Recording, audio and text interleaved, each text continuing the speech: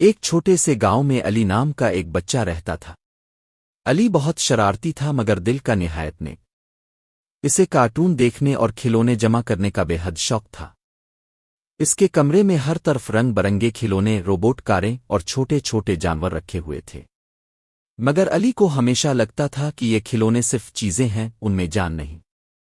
ایک رات جب علی نے اپنی دادی کی کہانی سنی کہ کھلونے بھی خوابوں میں زندہ ہو جاتے ہیں تو وہ ہنسنے لگا، لیکن دادی نے مسکرا کر کہا، یقین کرو بیٹا، محبت اور معصومیت جہاں مل جائے وہاں جادو خود راستہ بنا لیتا ہے۔ اسی رات علی نے خواب میں عجیب سی روشنی دیکھی۔ اچانک اس کے سب کھلونے ہلنے لگے۔ روبوٹ بول اٹھا، ہیلو علی، آج سے تم ہمارے دوست ہو۔ علی حیران رہ گیا۔ کاریں دوڑنے لگیں، پلاسٹک کا ڈائنوسار خوشی سے چھلانگیں مارنے لگا اور نرم کھلونا خرگوش علی کے کندھے پر چڑھ گیا۔ علی نے دیکھا کہ اس کا کمرہ ایک بڑی جادوئی دنیا میں بدل گیا ہے۔ ہر طرف رنگین پہاڑ، شیشے جیسے دریا اور آسمان پر قوس قزح کی روشنی پھیل رہی تھی۔ کھلونے بولتے اور ہنستے کھیلتے تھے۔ علی کے روبوٹ دوست اوٹیکو نے کہا، یہ کھلونے کی دنیا ہے جہاں صرف سچے دل والے انسان داخل ہو سکتے ہیں۔ علی نے حیرت سے کہا، کیا یہ دنیا ہمیشہ موجود رہتی ہے؟ ٹیکو نے جواب دیا، ہاں، لیکن ایک مسئلہ ہے۔ یہاں ایک اندھیرا جادوگر زولیٹر آیا ہے جو ہماری خوشیاں چھیننا چاہتا ہے۔ وہ کھلونوں کو پتھر میں بدل دیتا ہے۔ یہ سن کر علی کے دل میں بہادری جاگ اٹھی۔ اس نے کہا، میں تم سب کی مدد کروں گا۔ تھوڑی دیر بعد آسمان کالا ہو گیا، بجلیاں کڑکنے لگیں اور ایک خوفناک ہنسی گونجی۔ زولیٹر نمودار ہوا، اس کی آنکھوں سے سرخ روشنی نکل رہی تھی۔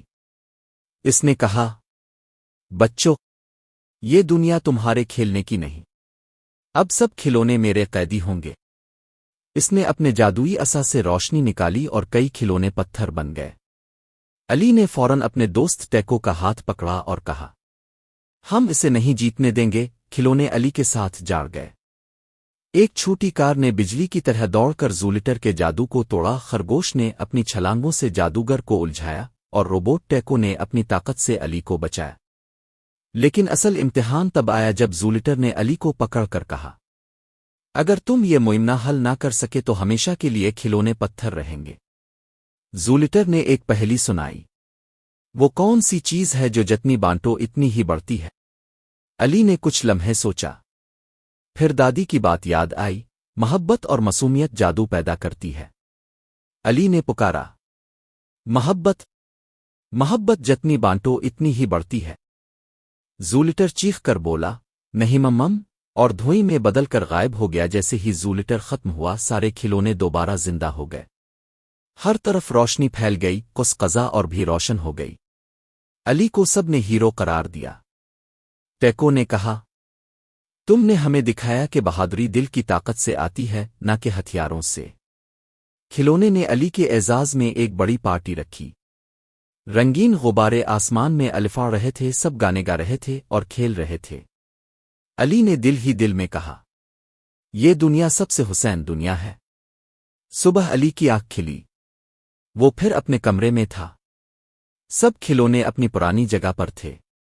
علی نے سوچا کہ یہ سب خواب تھا، مگر جب اس نے اپنے روبوٹ ٹیکو کو اٹھایا تو اس کی آنکھوں میں ہلکی سی چمک تھی اور وہ آہستہ سے بولا، شکریہ دوست۔